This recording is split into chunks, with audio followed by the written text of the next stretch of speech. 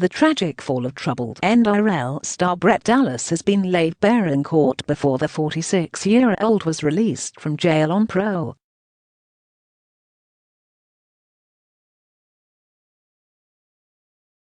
Dallas spent the last 10 months in custody after being caught with 29 grams of meth, a drug he became hopelessly addicted to after learning he had schizophrenia.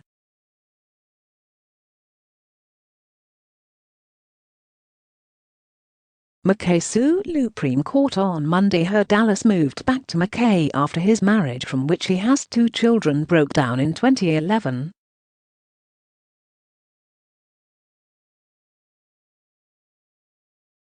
After arriving back to his hometown, Dallas' mental health deteriorated, and he became involved with a woman who heavily used drugs, prompting him to dabble.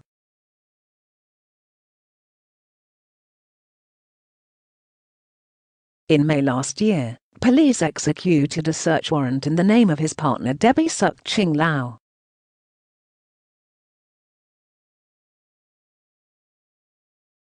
At a Slade Point home, police allegedly found more than 29 grams of ice hidden inside the oven, as well as $7,670 in cash, a packaging machine and 2 marijuana plants growing in the backyard.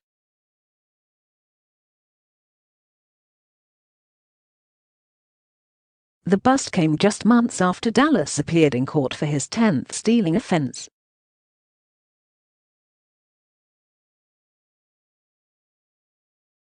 Defence barrister Scott McLennan on Monday said Dallas was diagnosed with late-onset paranoid schizophrenia in 2014.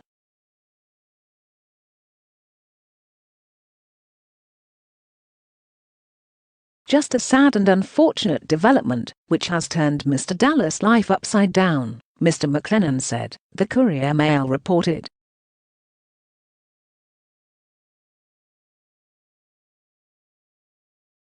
Mr. McLennan said Dallas struggled to get out of bed and suffered extreme fatigue due to his medication.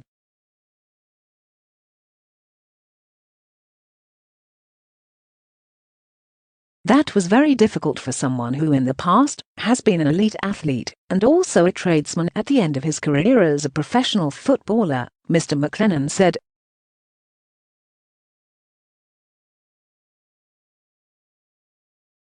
The court also heard Dallas finished his electrical apprenticeship after returning to Australia in 2007 from the UK, where he played in the English Super League.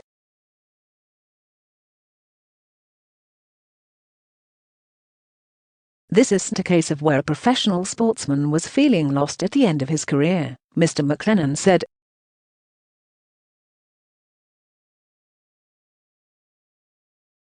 Justice Graeme Crow acknowledged that Dallas' behaviour was out of character and ordered him to be released immediately after serving enough time.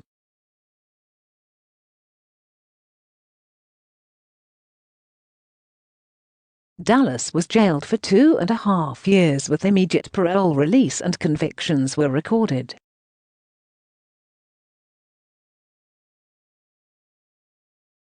The ugly sentencing marks a tragic fall from the grace for Dallas, who joined the Canterbury Bulldogs straight after graduating from Mackay's St Patrick's College in 1992.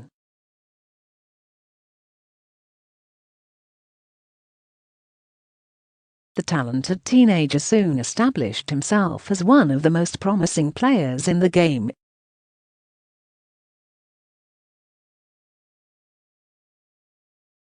An exceptionally fast winger with a high work rate and professional attitude, within 12 months he debuted for Queensland at the age of 18 years and 225 days, making him at the time the state's youngest ever Origin player.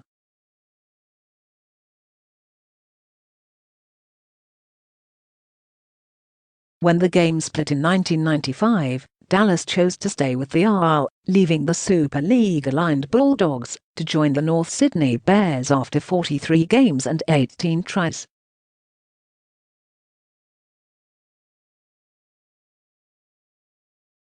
That decision, which saw him become one of the highest-paid players in the game, also enabled him to achieve the highlight of his career as part of the Paul Vaughton-coached Neville Nobody's Maroons side, which upset the star-studded NSW Blues 3-0 that season.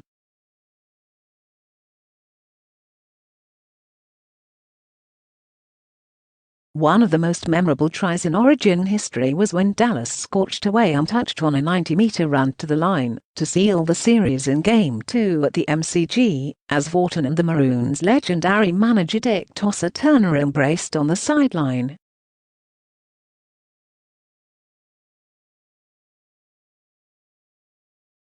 Dallas joined top UK club Wigan in 2000 on what was supposed to be a 2-year contract.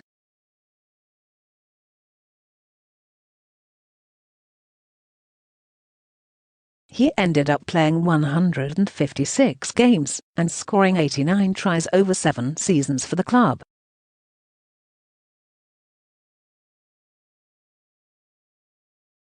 In recent years, newspapers have regularly covered reports of Dallas court appearances in Mackay.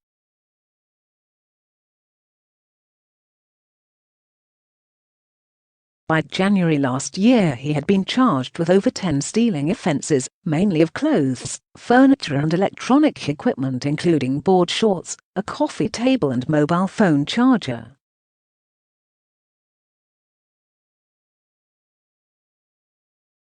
At the same time, his online behaviour became more irrational, with a number of bizarre social media rants and worrying photographic posts alienating him from many in the rugby league community.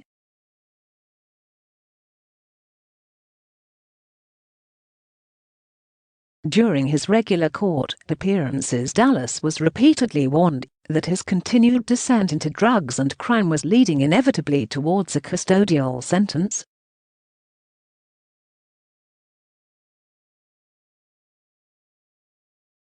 Mackay magistrate Damien Dwyer told him in January, "The last thing anyone wants is for you to go to prison, but unless you can show me that the community is safe, I'm looking at prison."